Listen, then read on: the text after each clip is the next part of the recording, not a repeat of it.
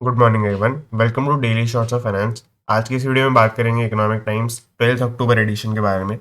आज ये वीडियो थोड़ा सुबह के टाइम पे आ रहा है क्योंकि कल इवनिंग के टाइम पर मेरा थोड़ा एक कंपटीशन है। तो स्टार्ट करते हैं फर्स्ट न्यूज़ से। अगर आपको कोई भी डाउट रहता है किसी भी न्यूज़ के अंदर या किसी और आर्टिकल के अंदर, कुछ और आप पढ़ते हैं या फिर कोई कॉन्सेप्ट, तो आप इसके नीचे बता सकते हैं। फाइनेंस, इकोनॉमिक्स, किससे भी रिलेटेड वो सब हो सकता है। किसी और का भी डाउट हो तो वो उसके अंदर उसको हेल्प कर सकता है, अगर मैं क्लैरिफाई करूँ या फिर कोई और क्लैरिफाई कर देता है। नाउ स्टार्ट करते हैं फर्स्ट न्यूज से। IMF cuts India's financial 2023 growth forecast to 6.8%। सबसे पहले आईएमएफ, अगर आपको नहीं पता है, इसका मीनिंग होता है इंटरनेशनल मॉनेटरी फंड। इसका मीनिंग ये बेसिकली क्या काम करता है, basically short term sort of loan provide करता है। एक ऑर्गेनाइजेशन है आईएमएफ, एक है वर्ल्ड बैंक। वर्ल्ड बैंक के बारे में आपने सुना ही होगा, इसने हमें पहले भी इंडिया को काफ़ी बार हेल्प किया है और मतलब पूरे वर्ल्ड को एक तरीके से हेल्प किया है जब भी उनकी क्राइसिस की सिचुएशन चल रही होती है। तो वर्ल्ड बैंक जो है अपने रिस्ट्रक्चरिंग के लिए मेनली लोन्स देता है, तो वो बहुत लॉन्ग टर्म के लिए लोन्स होते हैं, थोड़े कम इंटरेस्ट रेट के उस पर होते हैं। आईएमएफ जो होता है थोड़े शॉर्ट टर्म बेस्ड लेंडिंग करता है। जैसे किसी गवर्नमेंट को 5 साल के लिए ऐसे टाइप लोन चाहिए तो वो आईएमएफ के पास जनरली अप्रोच करते हैं। अब इसी की वजह से आईएमएफ के पास बहुत सारा डेटा, बहुत सारी फोरकास्ट वगैरह भी निकालता रहता है। और अब क्योंकि आपको मैंने बताया क्वार्टर एंड हुआ है, क्वार्टर एंड होने पर बहुत सारी चीज़ें चेंज होती हैं, बहुत सारी फोरकास्ट चेंज भी होती हैं जो ईयर से रिलेटेड होती हैं। और इस वाले फोरकास्ट मतलब जो इस वाले क्वार्टर है उसकी फोरकास्ट भी आती हैं, जैसे कल हमने देखा था। अब यहाँ पर इंडिया की फाइनेंशियल ईयर 2023 की फोरकास्ट की बात करी गई है। फाइनेंशियल ईयर 2023 का मतलब हुआ अप्रैल 2022 से लेकर मार्च 2023 तक। तो ये जो भी पीरियड चलने लग रहा है, इसका सेकेंड क्वार्टर भी यहाँ पर इंक्लूड होता है, 2 क्वार्टर इसके अंदर आते हैं। तो इसका ग्रोथ फोरकास्ट कट करके 6.8% पर कर दिया है। पहले कितना था वो हम देखते हैं नीचे, और ये क्यों किया है ये भी आगे बता रखा है। तो यहाँ पर ये और नेक्स्ट ईयर का भी थोड़ा कम ही रखा है इन्होंने, 6.1% रखा है। वर्ल्ड का भी आप देख सकते हैं 3.2% एंड 2.7% है। ये 2023 जो ऊपर लिखा है इसका मीनिंग है नेक्स्ट फाइनेंशियल ईयर। इसका मतलब हुआ कि फाइनेंशियल ईयर 2024 की बात कर रहे हैं यहाँ पर। अब वीक Q2 यहाँ पे हम नीचे चल के देखते हैं actually. The IMF Tuesday paired India's growth forecast for financial year 2023 to 6.8% from 7.4%।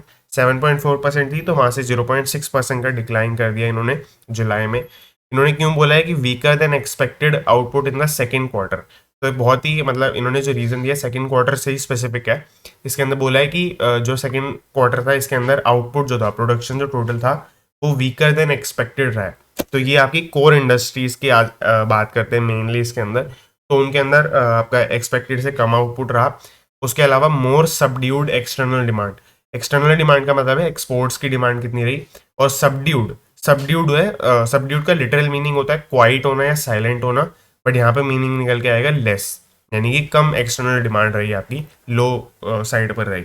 तो इसके बाद हुई। अब इसके बाद अगर हम थोड़ा उसमें और डिटेल में देखें तो ये वर्ल्ड जो आईएमएफ है इसकी तरफ से तीसरी रिवीजन है।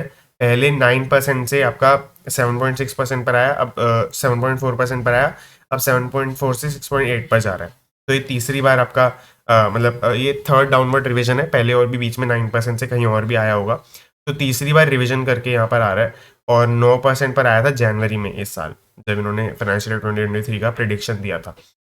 अब आगे देखें तो India growth is expected to further slow to 6.1% in financial year 2024। ये और एक्सपेक्टेशन उन्होंने स्लो ही करके दिया है। अब इसके अंदर China's growth projection for 2022 has been cut by 0.1%। China का भी इन्होंने लोअर कर दिया है, जो हमने अपने इसके नीचे ही देखा था 3.2% में कर दिया है। इनका डिक्रीज सिर्फ 0.1% का ही है। आगे देखें तो यहाँ पर एक वर्ड है जिसकी वजह से मैंने ये हाईलाइट भी किया है। वर्ल्ड इकोनॉमी है that faces the cost of living crisis. Cost of living crisis मतलब आईएमएफ ये बोल रहा है कि पूरी वर्ल्ड इकोनॉमी में ही थोड़ी रिसेशनरी ट्रेंड्स चल रहे हैं। बट क्या होता है कि एक आर्टिकल को अच्छा बनाने के लिए कुछ टर्म्स यूज की जाती हैं। तो ऐसी टर्म है कॉस्ट ऑफ लिविंग क्राइसिस। इसका लिटरल मीनिंग या जैसे जो रियल मीनिंग होता है उसको हम यहाँ पे देख लेते हैं। उसका मीनिंग होता है दो चीजें होनी चाहिए इकोनॉमी के अंदर, तब हम बोलते हैं कॉस्ट ऑफ लिविंग क्राइसिस चल रहा है। पहला है हायर इन्फ्लेशन होना चाहिए, दूसरा है लोअर वेज ग्रोथ होनी चाहिए, यानी कि जो इनकम में ग्रोथ है वो कम होनी चाहिए और इन्फ्लेशन का लेवल बढ़ना चाहिए। तो ये दोनों चीज़ें मतलब अगर आप बहुत सेंस लगा के देखें तो दोनों चीज़ें एक साथ होना बहुत मुश्किल है। बट इकोनॉमी ऐसे नहीं चलती है पूरी सेंस के ऊपर। इकोनॉमी में जो चीज़ें होती हैं वही होती हैं फिर। तो उसके बेसिस पे आप देखें तो कई बार ये सिचुएशन अकर कर भी सकती है, जैसे काफ़ी सारी कंट्रीज के अंदर हुई भी है। आगे चलते हैं, late stage startups tap convertible notes to raise funds. Late stage startups काफी नई टर्म हो सकती है आपके लिए, हो सकता है आपने अर्ली स्टेज स्टार्टअप का नाम जल्द नहीं सुना हो। तो लेट स्टेज स्टार्टअप कुछ नहीं है, बेसिक है कि कुछ टाइम हो गया इनको सेटअप हुए हुए, हो सकता है इनका आईपीओ आ चुका है या 2-3 सीरीज ऑफ फंडिंग हो चुकी है, या फिर इनका जो रेवेन्यू है वो 100 मिलियन प्लस चला गया है। तो इस तरीके से कुछ ये सारे मेट्रिक्स के बेसिस पे इसको थोड़ा बड़ा स्टार्टअप या थोड़ा लेट स्टेज स्टार्टअप बोल सकते हैं। कन्वर्टेबल नोट्स एक फंड्स रेस करने का तरीका है। इसमें आप अभी के लिए डेट इशू करते हो, यानी कि अभी आप रीपे भी कर सकते हो, बट एक पॉइंट ऑफ टाइम के बाद अगर आपने रीपे नहीं किया, जो कि लिमिट ही जनरली उससे बड़ी होती है, जो कि इस केस में भी है, तो फिर वो इक्विटी में कन्वर्ट हो जाता है। तो उसके बेसिस पे क्या होता है, आपको वैल्यूएशन आपकी बाद में चेंज करने को मिलती है और वो सब चीज़ें रहती हैं। उड़ान ऐसे ही एक कंपनी है, और फार्मेसी है, बहुत सारे और भी ब्रांड्स हैं, नायका, बोट वगैरह वगैरह, वो सब लेट से स्टार्टअप के अंदर आते हैं। उड़ान और फार्मेसी जैसी कंपनी जो है वो अपनी वैल्यूएशन को बचाने के लिए, अपनी इक्विटी को बचाने के लिए क्या करती हैं, वो इन्होंने अब कन्वर्टेबल नोट्स का सहारा लिया है। जब उड़ान का यहाँ पे पूरा बता रखा है, उड़ान ने क्या किया है, 150 टू 200 मिलियन के कन्वर्टेबल नोट्स छापे हैं डेट फाइनेंसिंग के करके। डेट फाइनेंसिंग का बेसिकली मीनिंग यही हुआ कि डेट अभी इशू करा है, और अगर ये नहीं होगा, जिसे यहाँ पे लिखा है will convert into equity at a later date, later date में इक्विटी में कन्वर्ट हो जाएंगे। यानी कि जो जैसे आपने पैसे दिए इसको खरीदने के लिए, जिस जो इनका कन्वर्टेबल नोट्स थे, मान लेते आपने 1,000 रुपये इसके अंदर इन्वेस्ट करे, तो आपको जब ये इक्विटी में कन्वर्ट होंगे तो आपको 1,000 रुपये प्लस इंटरेस्ट इन दोनों चीज़ों को मिलाकर जितना भी अमाउंट बनेगा उसके इक्विवेलेंट शेयर्स मिल जाएंगे। अब वो इनके ऊपर डिपेंड करता है कि शेयर की प्राइसिंग कैसे करते हैं, अपना आईपीओ लेके आते हैं या फिर क्या करते हैं, या फिर कोई प्राइवेट प्लेसमेंट के थ्रू इनको इशू करते हैं, वो सब उनके ऊपर डिपेंड करता है। तो आगे चलते हैं अब, इसके बाद Bira 91 acquires the beer cafe in all stroke deal. तो द बियर कैफे आप सभी को पता है रिटेल आउटलेट है बियर्स के, उसके अंदर मतलब आप एल्कोबेव, वो एक इंडस्ट्री का नाम चलता है एल्कोबेव, यानी अल्कोहल बेवरेजेस, उसके अंदर है ये। बीरा 91 एक आप सभी जानते हैं कि ये एक प्रीमियम मतलब इंडिया बेस्ड ही कंपनी है, जो अगेन एल्कोबेव के अंदर ही काम करती है, बट ये सिर्फ प्रोडक्शन के अंदर जनरली, या फिर ऐसे D2C ब्रांड है बेसिकली। ये D2C ब्रांड होते हैं, जैसे मैंने पे आपको बताया भी है, डायरेक्ट टू कस्टमर, यानी कि वो डायरेक्ट टू कस्टमर सेल करते हैं। तो एक वर्टिकल इंटीग्रेशन होती है ब्रांड्स की। अब इन्होंने बियर कैफे को अक्वायर कर लिया है। इनका आप समझ रहे हैं कि बहुत ज़्यादा ऑफलाइन बिजनेस है, और मतलब इनके कैफेज हैं, लिटरली आउटलेट्स है। आप देखें तो यहाँ पर प्रेजेंस में देखेंगे बियर कैफे की 33 आउटलेट्स है 15 सिटीज़ के अंदर इंडिया में, और बीरा 91 500 टाउन्स और 15 कंट्रीज तक पहुंचा हुआ है इंडिया में प्रोडक्शन करने के बाद। Indian beer market is projected to hit 10 billion by 2027, ये इन्होंने डेटा दिया है। काफ़ी इंटरेस्टिंग और काफ़ी यूजफुल हो सकता है आपके, अगर आप बेवरेजेस वगैरह में कुछ काम करें, कोई स्टडी करें। Pub chain becomes fully owned subsidiary, pub chain इसको बोला गया है द बियर कैफे को। अब ये फुल्ली ओन्ड सब्सिडरी बन गई है, यानी कि 100% स्टॉक डील है। तो ये चीज़ है। अब इसमें हुआ क्या है कि इसमें क्यों इन्होंने एक्वायर किया है या क्या ही करेंगे आगे चल के, वो काफ़ी इंपॉर्टेंट रहता है। तो यहाँ पर क्या होगा कि इससे आप समझ रहे हैं कि बीरा 91 के पास एक काफ़ी अच्छी सप्लाई चेन है, क्योंकि वो इतनी कंट्रीज में पहुंचे हुए हैं और इतना उन्होंने डेवलप किया है अपने आप को। और मतलब एक तरीके से आप देखें तो ऑलमोस्ट नंबर 1 ब्रांड है बियर्स जो इंडिया में बना है। तो उनके पास एक सप्लाई चेन का बहुत अच्छा नेटवर्क है। और जो आपका द बियर कैफे है उसके पास ऑफलाइन प्रेजेंस है 33 आउटलेट्स के साथ। तो ये जो दोनों चीज़ें कंबाइन होती हैं तो काफ़ी एक अच्छा कॉम्बिनेशन बनता है। The deal will enable Bira 91 to strengthen its play in pubs, यानी कि वो पब्स के थ्रू अपना अपना प्ले स्ट्रेंथन कर सकती है। यानी कि अब हो सकता है कि द बियर कैफे पर बीरा 91 ऑफर होने लग जाए या एज अ मेन्यू में आ जाए। And build a direct to customer platform focus on beer.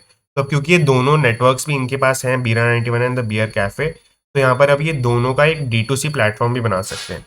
D2C platform होता है डायरेक्ट टू कस्टमर, यानी जैसे आपने नायका देखा है या माइग्लैम, मामाअर्थ, ये सब देखे हैं, तो आप डायरेक्टली जाकर उनकी वेबसाइट से खरीद लेते हैं।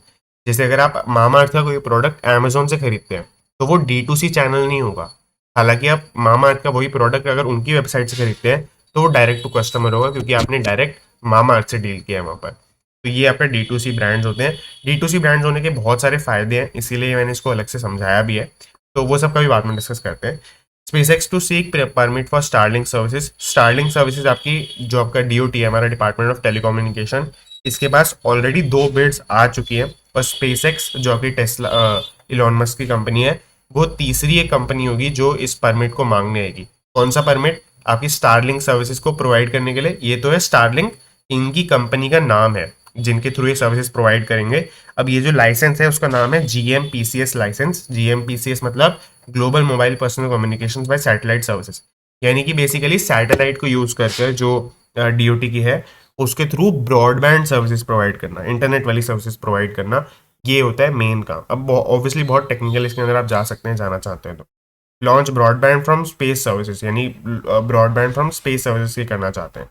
ये टेक्नोलॉजी एयरलाइंस आपके स्पेस स्टेशन के पास होती है सिर्फ, क्योंकि उनको बहुत बहुत हाई एंड स्पीड नेटवर्क चाहिए होते हैं। 90 Gbps 100 Gbps ये तो उनके लिए कुछ भी नहीं होता। तो इसके लिए यहाँ पर अब ये after Reliance Jio and one web. One web के बारे में आपको नहीं पता होगा। 2020 में एयरटेल ने एक वन वेब नाम की कंपनी को अक्वायर कर लिया था इसी high and broadband services provide करने के लिए। और इसके मतलब तब से माना ही जा रहा है कि ये सबसे ज़्यादा रेवोल्यूशनरी जो काम करेंगी 5G या फिर इस ब्रॉडबैंड फ्रॉम स्पेस के चैनल के अंदर, ये एयरटेल ही करेगी वन वेब के साथ मिलकर। मैं इसको एक आपको एडिशनल एक वीडियो प्रोवाइड कर रहा हूँ। जब 2020 में ये एक्विजिशन हुआ था, ये जो वन वेब है वो एक यूके बेस्ड कंपनी है, तो जो एक्विजिशन हुआ था वो काफ़ी इंटरेस्टिंग था, तो उसके बारे में आपको एक वीडियो प्रोवाइड कर रहा हूँ, आप चाहें तो देख सकते हैं। नाउ रिलायंस जियो भी ऑलरेडी इसके अंदर आ चुका है, मतलब ऑलरेडी उन्होंने इस परमिट की वो मांग ली है। और स्पेसएक्स अब तीसरी कंपनी बन गई है जो डीओटी से ये मांगना चाहती है। चाहे वो पूरा क्लियर होगा। एक और ऐसे ही, जब जैसे हमने ऊपर बियर मार्केट का साइज देखा, ऐसे यहाँ पर स्पेस मार्केट का भी साइज दिया हुआ है। ईवाई आप सभी को पता ही है। आईएसपीए है इंडियन स्पेस एसोसिएशन। ISA भी लिख सकते थे बट इन्होंने IS छोटा p a लिखा है, तो इंडियन स्पेस एसोसिएशन इसका नाम है। इसका 13 बिलियन पर इन्होंने बाय 2025 मार्केट शेयर पैक किया है, यानी कि इतना पहुंच जाएगा। पैक करना मतलब होता है प्रिडिक्ट करना या फिर किसी से अटैच कर देना, यानी कि जैसे इंडियन स्पेस मार्केट साइज को 13 बिलियन की फिगर से अटैच कर दिया। पैगिंग कई बार इसमें भी होती है कि आपने जैसे हमारे रुपी का वैल्यू है, रुपी के वैल्यू को गोल्ड से पैग कर दिया जाता था पहले, अब नहीं होता है। तो ये जो चीज़ें ये भी कई बार होती है। अब हम आगे बात करते हैं। Airlines linking full service leases for quick expansion. बीच में पॉलिटिक्स की न्यूज़ थी वो हमने छोड़ दिया है। यहाँ पर आपको दिखेगा कि एयरलाइंस अब फुल सर्विस लीजेस ले रही हैं फॉर ए क्विक एक्सपेंशन। होता क्या है कि अब मतलब जब फेस्टिव सीजन है या ये सीजन है, इसमें और सीजन चेंज होने में, विंटर आने में भी काफ़ी सारी फ्लाइट्स की डिमांड बढ़ती है, क्योंकि लोग ट्रैवल करते हैं इधर से उधर। तो उसकी वजह से ये जो विंटर की डिमांड है इसको मीट करने के लिए मतलब, और साथ ही साथ अभी क्या हो रहा है कि मतलब क्योंकि आप सभी जानते हैं आउटपुट स्लो है, सब स्लो है, और ये एयरलाइन कंपनी भी बहुत ज़्यादा डेट रिडन है, तो उनके पास भी ज़्यादा कैश नहीं होता है देने के लिए, ज़्यादा अपनी डील्स को फाइनेंस करने के लिए। तो उसकी वजह से जो डिलीवरी है न्यू एयरक्राफ्ट की वो स्लो हो रखी है। तो इन दोनों चीज़ों के चलते उनको क्या करना पड़ रहा है, लीज पे लेने पड़ रहे हैं प्लेन्स। लीज पे आप सभी समझते हैं कि ऑलमोस्ट रेंट के बेसिस पे काम करते हैं, और आपको जो भी आपका फेयर होता है, टिकट्स का साइज वो सब होता है, उसका एक परसेंटेज शेयर करना होता है जो भी कंपनी होती है। अब जैसे यहाँ पे आप देखेंगे एक दो तीन ब्रांड्स वगैरह है, और एक चीज़ है इसके अंदर, जैसे लीज का कॉन्सेप्ट क्या है। लीज के कॉन्सेप्ट में आपको ऊपर दिखेगा वेट लीज ये लोग ले रहे हैं। वेट लीजिंग में अराइज में raise operational cost but inadequate capacity could erode market share. तो ये जो दूसरा पॉइंट है उसका मीनिंग पहले समझते हैं। इसका मतलब ये है कि अगर ये इनएडिक्वेट कैपेसिटी पे काम करेंगे, यानी कि लीज पर भी नहीं लेंगे, और इनको मिल तो रहे ही नहीं है, जो इनकी डिलीवरी है न्यू एयरक्राफ्ट की वो तो हो ही नहीं रही है, तो ये मार्केट शेयर लूज करना स्टार्ट कर देंगे, क्योंकि जो प्रोवाइड करेगा फिर फ्लाइट्स प्रोवाइड करेगा, ऑब्वियसली बात है उनके पास मार्केट शेयर चले जाएगा। तो ये चीज़ तो आपको समझ में आ गई होगी। अब ये जो वेट लीजिंग का कॉन्सेप्ट है मैं आपको बताता हूँ। वेट 3 तरीके की लीज होती हैं अगर आप एयरलाइन इंडस्ट्री के अंदर बात करते हैं। एक होती है वेट लीज, एक होती है ड्राई लीज, और एक होती है डैम्प लीज। डैम्प लीज एक हाइब्रिड होता है। पहले वेट लीज पहले ड्राई लीज समझते हैं। ड्राई लीज के अंदर आप सिर्फ एयरक्राफ्ट प्रोवाइड करते हैं।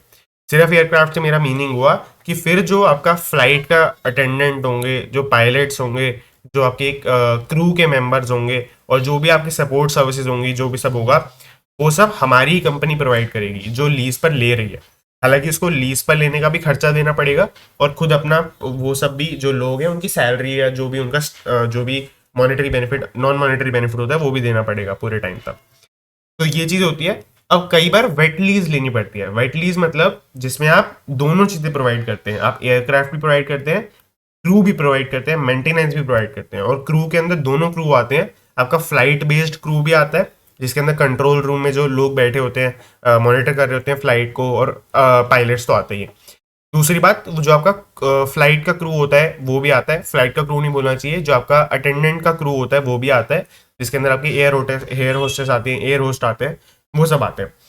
तो ये दोनों अगर प्रोवाइड कर रहे हैं, और एयरक्राफ्ट भी प्रोवाइड कर रहे हैं, एयरप्लेन भी प्रोवाइड कर रहे हैं, तो वो आपका वेट लीज होता है। अब ये इसलिए होता है क्योंकि हो सकता है खुद की कंपनी के पास इतने लोग ही ना हो कि वो ड्राई लीज पर जा पाए, तो वेट लीज पर जाते हैं। डैम्प लीज एक बीच में कॉन्सेप्ट होता है जिसके अंदर आप क्रू मेंबर्स नहीं प्रोवाइड करते हैं, यानी कि जो आपके फ्लाइट में काम करेंगे या जो उड़ाएंगे पायलट वगैरह, वो सब प्रोवाइड होते हैं, आपका एयरप्लेन भी प्रोवाइड होता है ऑब्वियसली, और वो नहीं प्रोवाइड होते जैसे जो लोग पैसेंजर्स को केटर करेंगे यानी एयर होस्टेस वगैरह, तो इनको डैम्प लीज बोलते हैं। तो ये दोनों का हाइब्रिड एक मॉडल है बेसिकली। अब यहाँ पर दो कंपनीज की बात की गई है, एक इंडिगो और एक स्पाइस जेट। इंडिगो ने आपके 3B777 बोइंग 777 का फ्लाइट है, बहुत पॉपुलर है, आपको इसके बारे में पता होना ही चाहिए। इसकी कैपेसिटी कितनी है ये कमेंट करके कोई ना कोई ज़रूर बताना, ये बहुत कई बार काम आता है। कई तो गेस्टिमेट्स अगर किसी को कोई करता हो, सॉल्व करता हो, तो कई तो गेस्टिमेट्स में पूछ लिया जाता है कि बोइंग 777 में कितने डॉग्स फिट कर सकते हैं, कितने पिजन्स फिट कर सकते हैं, ऐसी सब चीज़ें। तो B77 आपके इसके बारे में आपको थोड़ा बहुत पता होना चाहिए। To deploy on higher capacity on international routes के ऊपर ही मेनली फोकस करना चाहते हैं। जो तीन ये B777 अपना वेट लीज पर लेंगे। स्पाइस जेट आपका सात बोइंग 737 को आपका लेने वाला है वेट लीज पर, और वापस वही करेगा, वो टर्किश एयरलाइन से लेने वाला है। और ये जो इंडिगो है वो भी टर्किश एयरलाइन से ही लेने वाला है, नीचे लिखा है यहाँ पर आप देख सकते हैं। तो आई होप कोई पूरा क्लियर होगा यहाँ पर। JSW cement to build 5 million tonne, MT मतलब million tonne capacity, invest 3200 crore. तो यहाँ पर क्या है, JSW सीमेंट ने अभी थोड़े टाइम पहले ही एक spring way mining assets of India को अक्वायर किया है। इससे इनके पास लाइमस्टोन के बहुत सारे रिजर्व्स आ गए हैं, आपको दिख रहा होगा यहाँ पर। लाइमस्टोन के रिजर्व्स का मतलब है कि ये जो कंपनी थी जिनको अक्वायर किया है वो काम ही यही करती है, माइनिंग करती है लाइमस्टोन की। तो उसकी वजह से जो ये एक लाइमस्टोन इनके पास आ गया है, ये बहुत ही इंपॉर्टेंट रॉ मटेरियल है सीमेंट बनाने के लिए। अब ये सिंस इन्होंने अक्वायर कर ली है, तो फिर अब ये 3200 करोड़ की इन्वेस्टमेंट करने वाले हैं 5 मिलियन टन का एक सीमेंट मैन्युफैक्चरिंग प्लांट बनाने के लिए। तो ऑब्वियसली बात है, रॉ मटेरियल इनको मिल गया है और अब ये मैन्युफैक्चरिंग सेटअप करना चाहते हैं, अगर आप बहुत बेसिक सेंस के अंदर देखें। अब हमने सीमेंट से रिलेटेड कल भी एक न्यूज़ देखी थी, आपको सभी को पता ही हो, कल या परसों एक न्यूज़ देखी थी जिसमें आपको पता ही होगा कि जो आपका ACC और होलसेम और इन सब का एक्विजिशन हुआ जो आपके अदानी ग्रुप ने किया, और अभी रिसेंटली JP ग्रुप का भी असेट्स है सीमेंट वाले, उनको भी कर लिया है। तो ये जो दो एक्विजिशंस हैं, जो दो पार्टीज बनती जा रही हैं, और ऑब्वियसली एक और बड़ी पार्टी है अल्ट्राटेक, तो बहुत ज्यादा कंसोलिडेटेड ये इंडस्ट्री होती जा रही है। आपको दिखेगा the two acquisition Herald further consolidation in the cement sector. तो जब कंसोलिडेशन होती है किसी इकोनॉमी के अंदर या किसी सेक्टर के अंदर, तो फिर ऐसे होता है कि फिर अगर कोई एंटिटी फेल हो जाती है तो वो पूरी इंडस्ट्री ही थोड़ी बहुत कोलैप्स कर जाती है, क्योंकि बहुत कंसंट्रेटेड पावर हो जाती है सबके पास। जैसे आपने अभी देखा कि जब जियो आया तो बहुत सारे जो सर्विस प्रोवाइडर्स हैं, मोबाइल सर्विस प्रोवाइडर हैं, नेटवर्क सर्विस प्रोवाइडर हैं, वो सब चले गए, और अब सिर्फ तीन के पास मेन पावर बची है। तीन में भी मतलब दो ही मेन बोलूंगा, एयरटेल और जियो, और तीसरा भी थोड़ा स्ट्रगलिंग उसमें है, वोडाफोन आइडिया। तो ये तीनों ही मेन बचे आपके प्लेयर्स जब जियो आया। तो ऐसी चीज़ें सीमेंट इंडस्ट्री के अंदर भी हो रही हैं, जो कि मतलब इसके पॉजिटिव नेगेटिव बहुत वो है, अलग अलग पॉइंट ऑफ व्यू से देखे जा सकते हैं। Indians can soon use UPI in Europe. तो NPCI आपका सभी को बताइए कि एक्चुअली NPCI हो सकता है आपको ये चीज़ ना पता हो, NPCI एक RBI की ही एक ब्रांच है। तो NPCI कोई कंपनी नहीं है, ये National Payments Corporation incorporative of India है। तो ये वो कंपनी है जिसने, या ये वो एंटिटी है जिसने UPI बनाया है इंडिया के अंदर। और मतलब UPI जितना सक्सेसफुल इंडिया का, मतलब इतना ज़्यादा पेमेंट सिस्टम जो बाहर भी यूज़ हो रहा है, सब जगह यूज़ हो रहा है, तो ये काफ़ी अच्छी बात है। अगर मैं आपको बताऊं तो US के अंदर भी अभी ऐसी फैसिलिटी इतने स्ट्रीट लेवल पर नहीं आई है कि आप नेट बैंकिंग से या मोबाइल से इतना जल्दी पे कर सकते हैं। तो ये चीज़ें ऑब्वियसली वो डेबिट कार्ड क्रेडिट कार्ड से कर सकते हैं, बट मोबाइल से नहीं कर सकते हैं अभी भी वहाँ पे। तो ये चीज़ है। The NPCI international payments limited NIPL इनकी एक कंपनी है, या कह लो कि इनका एक ग्लोबल वो है कि ग्लोबल आर्म है। अगर आपको कोई भी ग्लोबल कोलैबोरेशन करनी होती है तो इनके थ्रू ही करते हैं, जिसका नाम है NPCI international payments limited, NIPL इसकी शॉर्ट फॉर्म है। इन्होंने क्या किया है, ये एक European payment services facilitator world line के साथ इन्होंने एक कोलैबोरेशन किया है, और अब जो होगा UPI लोग यूरोप में भी यूज़ कर पाएंगे। और इसका एक एक्सटेंडेड वर्जन ये है, later on Indian customers will also be able to use their RuPay debit और credit cards to make payments in Europe. Europe की किसी वेबसाइट, यूरोप के किसी स्टोर के अंदर, या यूरोप जब लोग जाते हैं यहाँ से, तो फिर वो अपने रुपे डेबिट और क्रेडिट कार्ड्स को भी यूज़ कर पाएंगे, जो कि काफ़ी इंटरेस्टिंग बात है यहाँ पर, जो कि अभी तक नहीं था। इस कोलैबोरेशन के थ्रू ये चीज़ भी हुई है। दो तीन न्यूज़ बची है, थोड़ा जल्दी कवर करते हैं। India's wealthy face as a new hurdle to investing in offshore funds via LRS. सबसे पहले एलआरएस से स्टार्ट करते हैं, लास्ट वर्ड से। एलआरएस आपका एक रेमिटेंस स्कीम है। इसका आपका फुल फॉर्म है लिबरलाइज्ड रेमिटेंस स्कीम। इसमें है क्या कि अगर आपको बाहर कहीं पैसे ट्रांसफर करने हैं तो आपके पास एक लिमिट सेट कर दी गई है, 225 मतलब $250,000 यानी कि 2.5 लाख तक आप ट्रांसफर कर सकते हैं एक साल के अंदर। तो ये चीज़ है। अब इसके अंदर मतलब इसका इतने पर्पस तक या इतने अमाउंट तक कोई पर्पस नहीं पूछा जाता, और कोई आपकी ड्यूटी या कोई भी तरीके का वो सब कह सकते हैं पेनल्टीज या अथॉरिटीज से इंटरेक्शन नहीं होता है, इतना सब फ्री है। तो इसके बाद क्या होता है कि इसी में क्या हुआ है, ये काफ़ी सारे लोग ये जो करते थे एलआरएस के थ्रू ट्रांसफर, ये ऑब्वियसली बात है इन्वेस्टिंग के लिए भी करते थे, इन्वेस्टिंग बाहर के फंड में करने के लिए, वो सब भी इसके अंदर काउंट होता है, क्योंकि ऑब्वियसली बात है वो रेमिटेंस है एक तरीके से, वापस नहीं आने वाले वो पैसे शॉर्ट टर्म के अंदर। तो अब यहाँ पर हुआ क्या है, इसके अंदर आरबीआई का एक नया रूल आया है लेट अगस्त के अंदर, एक सर्कुलर के थ्रू। उसमें क्या बोला है, पहले मैं आपको बता दूं दो चीज़ों में फ़र्क, डायरेक्ट इन्वेस्टमेंट और पोर्टफोलियो इन्वेस्टमेंट। डायरेक्ट इन्वेस्टमेंट होती है जैसे अगर आपने कोई लैंड खरीदा तो आपके पास उस लैंड का कंट्रोल है, यानी कि आप उसके ऊपर कुछ भी बना सकते हैं, कुछ भी बेच सकते हैं। और दूसरी बात होती है कि अगर आपने मान लेते हैं रिलायंस कंपनी के शेयर खरीदे, रिलायंस कंपनी के शेयर खरीदने में आपके पास रिलायंस का कंट्रोल नहीं आ गया, या अगर आप बहुत सब्सटेंशियल अमाउंट नहीं खरीदते हैं, तो वो अगर आप सब्सटेंशियल अमाउंट खरीदते हैं तो वो डायरेक्ट इन्वेस्टमेंट हो जाएगी। बट पोर्टफोलियो इन्वेस्टमेंट ऐसी होती है जिसके पास आप खरीद लेते हैं, आपके पास ओनरशिप है बट आपके पास कंट्रोल नहीं है। तो ये तरीके से आपका डायरेक्ट पोर्टफोलियो इन्वेस्टमेंट वर्क करता है। डायरेक्ट के अंदर आपके पास कंट्रोल भी आ जाता है। अब डायरेक्ट और पोर्टफोलियो दोनों के अंदर इन्होंने इशू एक किया है, इन्होंने एक बताया है कि आप उसी ऑल्टरनेट इन्वेस्टमेंट फंड या उन्हीं फंड्स के अंदर इन्वेस्टमेंट कर सकते हैं। इसके अंदर कुछ कुछ एक्सेप्शंस भी हैं, वो भी हम छोड़ देते हैं। तो वो ऐसे फंड्स के अंदर आप इन्वेस्टमेंट कर सकते हैं जिसमें आप जो जुरिस्डिक्शन है, जो वहाँ का लॉ है, वो उसको रेगुलेट करता हो। बट अब हो क्या रहा है, आप पिंक वाले हाईलाइट को देखेंगे, most jurisdictions register and regulate the fund manager rather than the fund entity itself. यहाँ पर बहुत सारी मोस्टली जुरिस्डिक्शंस के अंदर बाहर क्या हो रहा है कि वो लोग फंड मैनेजर को रेगुलेट कर रहे हैं, जो उस फंड को मैनेज कर रहा है या जो कंपनी है, rather than the fund entity itself. तो फंड को वो मैनेज या फंड को वो रेगुलेट नहीं कर रहे हैं। तो इसकी वजह से ये रूल जो है ब्रेक हो रहा है और बहुत सारे लोग इन्वेस्टमेंट अब नहीं कर पा रहे हैं। तो इसका जो भी अगर कुछ होता है आगे वो मैं आपको बताता हूँ बाद में। आगे चलते हैं अब, एक दो न्यूज़ शायद बची हैं और यहाँ पर है SIP share in mutual fund AUM hits record on sustained inflows. तो ये मैं आपको ऊपर से बता देता हूँ। SIP आप सभी को पता है सिस्टमैटिक इन्वेस्टमेंट प्लान होता है, आप मंथली बेसिस पे अपने SIP करा सकते हैं और आपका हर मंथ जितनी भी सैलरी आती है, जो भी होता है, आपके बैंक अकाउंट से कुछ पैसे कट कर स्टॉक मार्केट के अंदर या किसी भी चीज़ के अंदर इन्वेस्टमेंट चली जाती है। MF मतलब होता है म्यूचुअल फंड, AUM मतलब होता है असेट्स अंडर मैनेजमेंट। इसका मतलब इस कॉन्टेक्स्ट के अंदर ये है कि म्यूचुअल फंड, जैसे कोई म्यूचुअल फंड कंपनी है, उसके पास कितना पैसा आ रहा है, टोटल कितना पैसा उसके पास मैनेज करने के लिए है, असेट्स अंडर मैनेजमेंट। आप समझ रहे होंगे वर्ड सही। अब तो ये जो है, अब इसके अंदर जो टोटल AUM की बात करें उसके अंदर SIP का शेयर बहुत ज़्यादा बढ़ रहा है। क्या होता है म्यूचुअल फंड के अंदर, या तो आप एक टाइप पे इन्वेस्टमेंट कर सकते हैं, लमसम इन्वेस्टमेंट कर सकते हैं, या फिर लोग अपना SIP करा के छोड़ देते हैं कि 500 रुपीज़ की SIP है, हर महीने अपने आप कट के चले जाएगा। तो SIP का बढ़ना इकोनॉमी के लिए बहुत पॉजिटिव बात होती है, क्योंकि यहाँ पर इससे मतलब पता चलता है एक तो सेविंग का कल्चर डेवलप हो रहा है और इन्वेस्टमेंट का कल्चर डेवलप हो रहा है मोस्ट इंपॉर्टेंटली।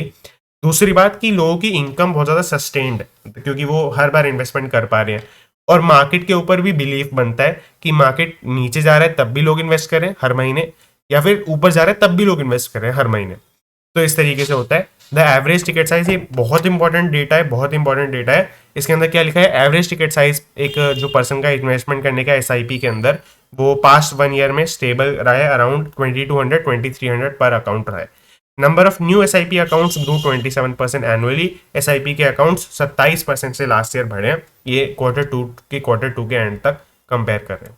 तो आई होप आपको क्लियर होगा। बहुत बेसिक एक और न्यूज़ बची है, सेफेक्स केमिकल्स ने आपका ब्रायर केमिकल्स को अक्वायर कर लिया, यूके का कंपनी है, 73 बिलियन के लिए। इसका मेन बोला जा रहा है कि ये अपना एक्सपैंड करेगी ग्लोबली, इसलिए अक्वायर कर रही है। तो यहाँ पर आगे चले तो सेफेक्स आपका जो है वो बैक किया गया है private equity firm ChrysCapital ने। इसका बहुत ये मतलब थोड़ा फैंसी करके वर्ड्स लिखते ही हैं, इसका मीनिंग है कि क्राइस कैपिटल इसके अंदर एक one of the major investors है। मैं यहाँ पर आगे देखें तो फाउंडेड इन न्यू दिल्ली 1991, ये सेफेक्स मैन्युफैक्चरर्स की बात हो रही है, बट इसमें कोई ज़्यादा इसके बाद बात नहीं है। ये आपके लिए किस लिए काम आ सकता है, मैंने किस लिए रखा है, अगर आप कोई भी आप बात कर रहे हो या फिर आप कोई डिस्कशन कर रहे हो एग्रीकल्चर सेक्टर के अंदर क्या हो रहा है, तो ये एग्रोकेमिकल्स फर्म्स है दोनों, और ये यूके की फर्म है, तो इंटरनेशनल बात भी है जिसने इसको एक्वायर किया। तो अगर आप एग्री सेक्टर के अंदर बोले तो ऐसा और बहुत सारी चीज़ें नहीं चल रही हैं, तो आप इसको मेंशन कर सकते हैं। अगर आपको पता है सेफेक्स ने ब्रायर को अक्वायर किया 73 मिलियन के लिए, तो ये चीज़ आप हो सकता है आपके यूज़ का भी आ जाए, इसलिए मैंने बस छोटा सा कवर कर लिया। तो आई होप वो कोई तो आई होप आपको क्लियर होगा। अगर आपको कोई डाउट है तो आप कमेंट कर सकते हैं, मैं आपको कोशिश करूंगा पूरा क्लियर करूं। और कल एक कमेंट आया था कि मैं थोड़ा सा स्लो बोलूं वीडियो के अंदर, थोड़ा फास्ट हो रहा है, तो मैंने आज कोशिश की है कि मैं वैसा करूं, बट मैं थोड़ा सा ज़्यादा डिलीवर करना चाहता हूँ आपको बहुत कम टाइम के अंदर इसके अंदर, तो थोड़ा सा हो सकता है फास्ट भी बोल दूं मैं यहाँ पर। कोई भी आपको चीज़ समझ नहीं आती है तो अगेन आप कमेंट कर सकते हैं। बाकी that is it, thank you for watching, thank you.